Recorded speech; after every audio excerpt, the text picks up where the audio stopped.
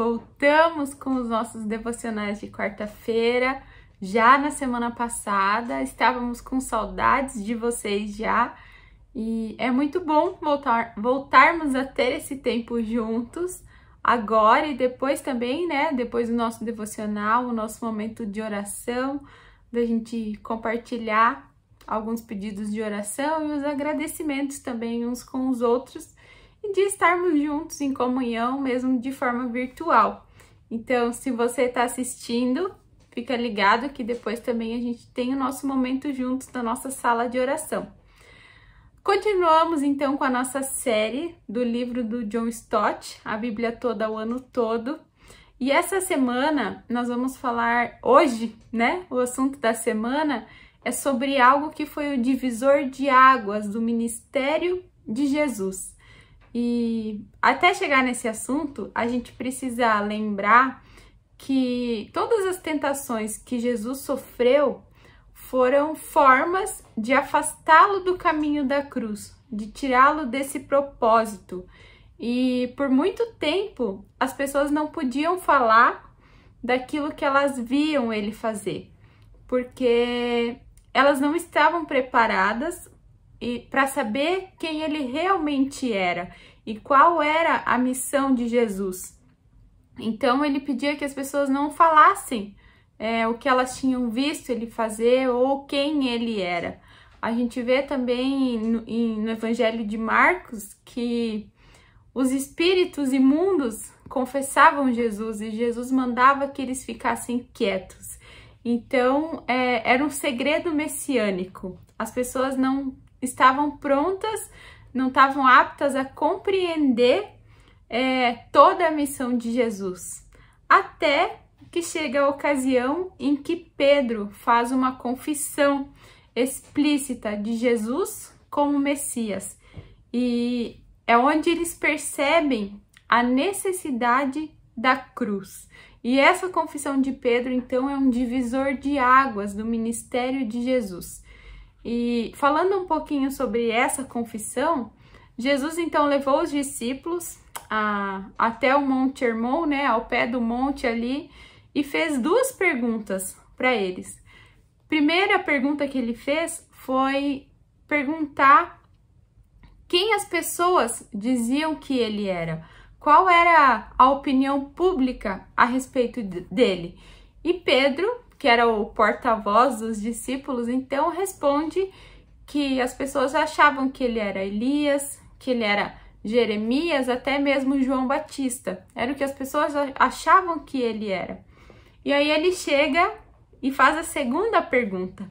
Ele pergunta então quem os discípulos achavam que ele era. E aí Pedro também respondeu: Tu és o Cristo, o Filho do Deus vivo. Pedro chegou nessa conclusão não por seu próprio pensamento ou o pensamento dos discípulos, mas pela revelação de Deus, pela revelação do Pai. E eles sabiam que a partir daquele momento eles entenderam então qual era a real necessidade da cruz, do sacrifício de Jesus. E Pedro faz essa confissão e a gente lê também depois que Jesus fala ou dá a entender que Pedro é a rocha sobre a qual ele edificaria a sua igreja. É ele que recebe as chaves do reino de Deus para começar a chamar as outras pessoas, né? A admitir os judeus, depois os samaritanos e então os gentios.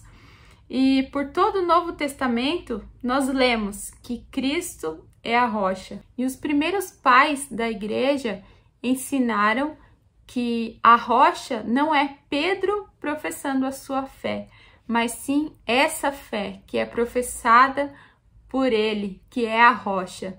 E uma vez que Pedro fez essa confissão, Jesus mais uma vez pede que eles mantenham segredo, que eles não falem a ninguém a seu respeito e o que eles conversaram ali, porque precisava esperar mais um pouquinho para que as pessoas soubessem quem ele era. Os discípulos já sabiam.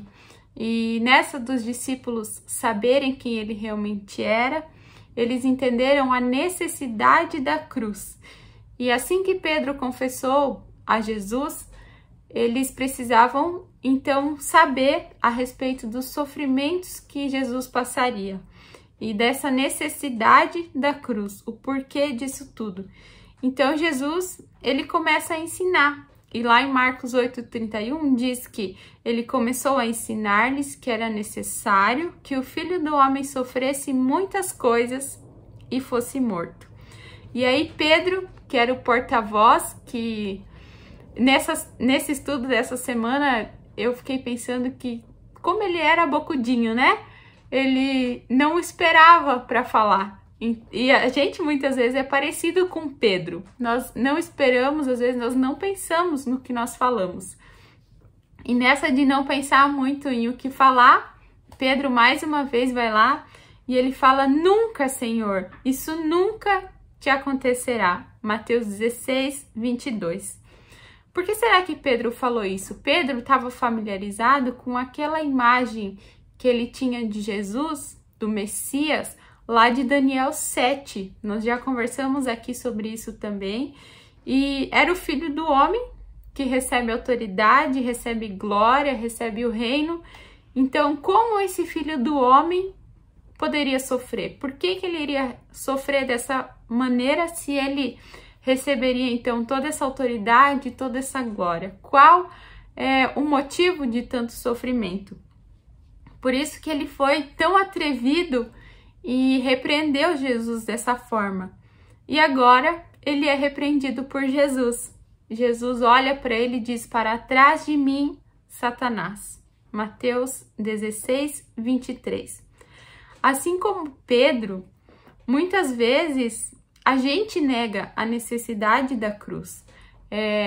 Para muita gente, a cruz ainda é uma pedra de tropeço para o nosso orgulho, para o orgulho humano. Então, muitas vezes a gente nega essa necessidade e a gente não percebe que nós estamos sendo muito parecidos com Pedro nessas horas também.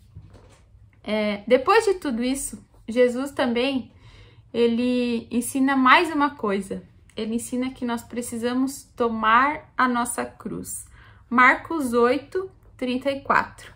Se alguém quiser acompanhar-me, negue-se a si mesmo. Tome a sua cruz e siga-me. Tem um cara que faz um comentário sobre o Evangelho de Marcos, que Sweet é o sobrenome dele, e ele diz que tomar a cruz é colocar-se na posição de um homem condenado a caminho da sua execução. E se nós formos pensar naqueles tempos, naqueles dias em que Jesus e os discípulos estavam vivendo, quando a Palestina ela estava ocupada por Roma, era muito comum um criminoso, um condenado, ele andar até o lugar da sua crucificação com a cruz, né? Ele deveria carregar a sua própria cruz. Então as pessoas reconheciam que ele era um criminoso e que ele estava condenado, caminhando a sua própria execução. Jesus fala também que nós precisamos negar a nós mesmos. E essa autonegação, ela não quer dizer que a gente precisa abrir mão de luxos ou que a gente vai passar por tentações, por provações dolorosas, por momentos difíceis. Tornar-se um cristão e ser envolve uma transformação muito radical, onde não tem outra imagem que poderia, então, ilustrar melhor do que a morte e a ressurreição, do que nós morrermos para a nossa antiga vida, para o nosso egoísmo e ressuscitarmos para uma nova vida, para uma vida em busca de santidade e de amor. E Lucas, ele ainda acrescenta um advérbio, diariamente, nessa mesma declaração de Jesus. Lá em Lucas 9:23, Lucas é um pouco mais detalhista, né? Médico é sempre atento aos detalhes. Então, Lucas acrescenta: se alguém quiser acompanhar-me, negue-se a si mesmo, tome diariamente a sua cruz e siga-me. Essa autonegação, Stott traz aqui também como o caminho para a autodescoberta. Segundo Jesus, o único caminho para a autodescoberta é a autonegação, é o que John Stott escreve. E o único caminho para viver é morrer para o nosso egoísmo. E Marcos 8:35 diz que, pois quem quiser salvar sua vida, a perderá. Mas quem perder a sua vida por minha causa e pelo evangelho, a salvará. Então, para nos encontrarmos, a gente precisa também dessa autonegação, de negarmos a nós mesmos, nosso egoísmo, o nosso próprio eu, e carregarmos a nossa cruz, lembrarmos da necessidade da cruz. Depois de tudo isso, acontece mais um episódio que eu acho que é muito marcante para todo mundo, né? Foi tanto para os discípulos como para nós quando nós lemos, que é o momento da transfiguração. E é muito legal que Jesus levou os 3 mosqueteiros dele, né? Pedro, Tiago e João, então, para um lugar para eles verem essa cena, né? E aqui Stott traz 4 afirmações, 4 conclusões que a gente pode tirar desse momento da transfiguração, disso que aconteceu com Jesus. E o primeiro deles, ele coloca como sendo uma reafirmação.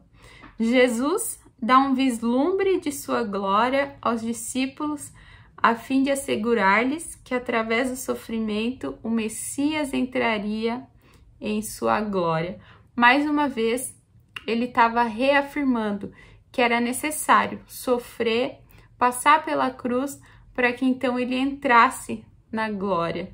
E os discípulos estavam vendo aquela imagem sensacional de Jesus, estavam vendo, né, as pessoas que apareceram ali com ele também, Elias, Moisés, e isso foi uma reafirmação de que agora eles sabiam de tudo que Jesus teria que passar, mas mesmo assim ele entraria na glória depois de todo esse sofrimento. O segundo ponto, Stott coloca que foi um cumprimento, porque a voz celestial que se dirigiu a Jesus em uma sentença composta de 3 frases do Antigo Testamento. Tu és o Filho, Salmos 2:7, em quem tenho prazer, Isaías 42:1, ouçam-no, Deuteronômio 18:15. Essa foi a expressão que Deus teve, né, ali naquele momento com Jesus. Tu és o Filho em quem tenho prazer, ouçam-no. E a gente vê onde as coisas se cumprem, onde a palavra se completa, o Antigo Testamento e o Novo. E eu já disse isso aqui várias vezes, que eu acho isso muito sensacional. E mais uma vez, a palavra está se cumprindo. E nessa afirmação, Jesus está sendo aclamado em suas 3 funções, como profeta, como sacerdote e como rei. A terceira conclusão, o terceiro ponto, é que foi uma antecipação.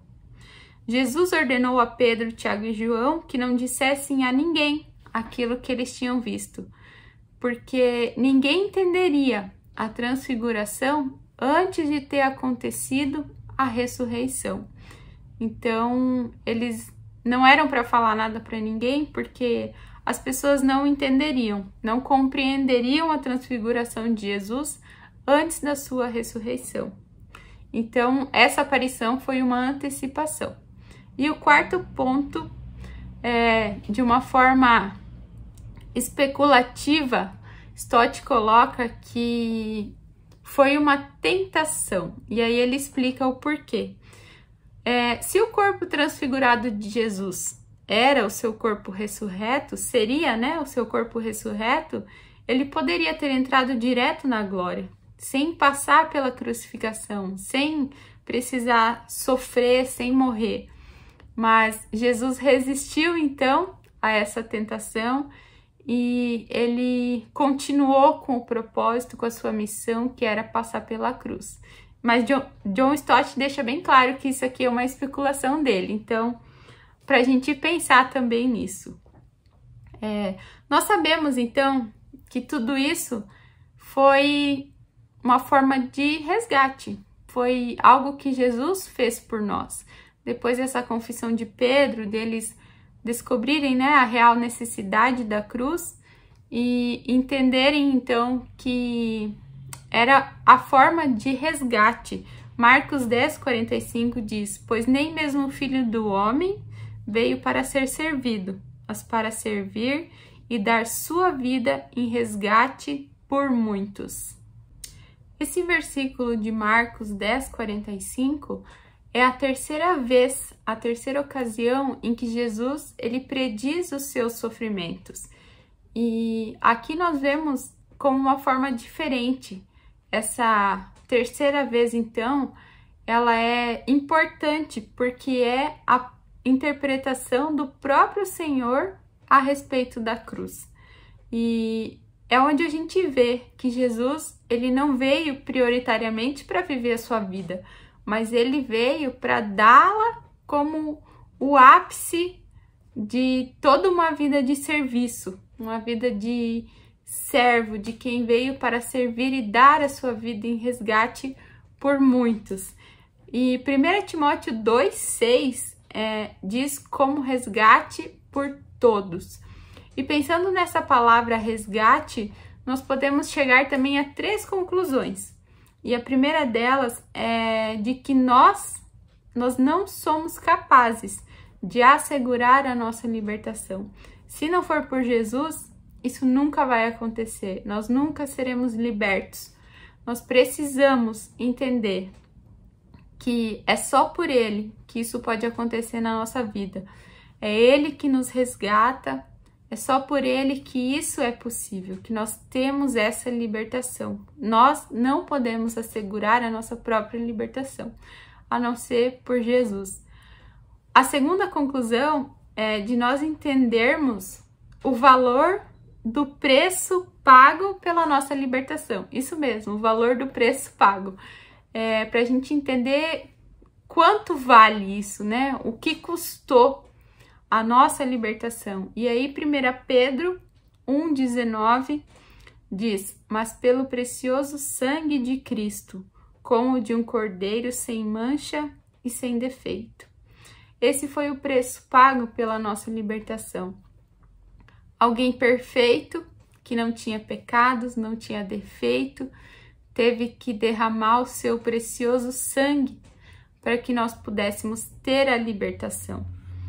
E a terceira conclusão que a gente pode chegar a respeito dessa palavra resgate é de que Cristo pagou um alto preço pelo nosso resgate. Nós somos adquiridos por Cristo. Logo, nós pertencemos a Ele. E tem o versículo de Tito 2,14, que eu não sei como é que é com vocês, mas que mexe muito com o meu coração quando eu leio, porque parece que aquece o nosso coração, porque nós temos a quem pertencer. Já que Cristo nos comprou, pagou um alto preço, Tito 2,14 diz assim: se entregou por nós, a fim de nos remir de toda maldade e purificar para si mesmo um povo particularmente seu. Será que a gente para pensar às vezes que Jesus fez tudo isso para ter um povo particularmente dele? Que ele fez, a gente sabe que ele fez por amor, mas esse versículo é muito forte, que ele fale também aos nossos corações, que a gente lembre que isso tudo foi para que a gente estivesse pertinho dele, a gente tivesse um relacionamento com Deus, um relacionamento com Jesus, porque ele fez isso para separar um povo particularmente seu. E isso é algo muito especial, que deve mexer e falar aos nossos corações de forma muito forte também. Depois disso, como uma forma de encerrar essa semana, Stott vai trazer um pouquinho sobre a hierarquia no reino de Deus, né? Jesus veio como um rei, mas também como um ser humano, como filho de Deus, mas ele veio para servir. E aqui, nessa hierarquia, a gente encontra o versículo de Marcos 10, 43 e 44, que diz assim: quem quiser tornar-se importante entre vocês, deverá ser servo, e quem quiser ser o primeiro, deverá ser escravo de todos. Jesus indicava aqui que há duas comunidades distintas no mundo a qual nós podemos pertencer, com dois sistemas de valores distintos, com dois símbolos distintos também. O símbolo de um é o trono e o do outro é a cruz. Qual que é a comunidade que nós pertencemos? Qual é o sistema e os valores que regem a nossa vida? O trono, onde nós colocamos o eu à vista, onde eu busco a minha felicidade, onde eu preciso ser visto, ser reconhecido, preciso que as pessoas me vejam. Esse é o trono. E o sistema da cruz, onde o nosso objetivo é nós negarmos a nós mesmos e nós apontarmos para Jesus. Em tudo que nós fizermos, nós não buscarmos satisfazer as nossas necessidades, mas sim apontar para Jesus, que foi aquele que teve que passar pela cruz para que nós tivéssemos a nossa libertação. Que a cruz de Cristo, que ela possa ser um divisor de águas na nossa vida, assim como a confissão de Pedro foi um divisor de águas ali no ministério de Jesus, foi onde eles começaram a entender qual que era a missão de Jesus, por que ele estava ali, que essa missão, que a necessidade da cruz seja real no nosso coração também, e que a gente possa entender que nós fazemos parte da comunidade cujo símbolo é a cruz, não o trono, onde nós nos colocamos e queremos que as pessoas nos vejam, mas a cruz onde tudo que nós fizermos aponte para Cristo, para o que Ele fez por nós, o alto preço que Ele pagou. Que esse sacrifício, que esse símbolo seja um divisor de águas na nossa vida e que a gente possa negar a nós mesmos todos os dias e seguirmos a esse Jesus que veio como um servo para dar a sua vida em nosso favor, em nossa libertação.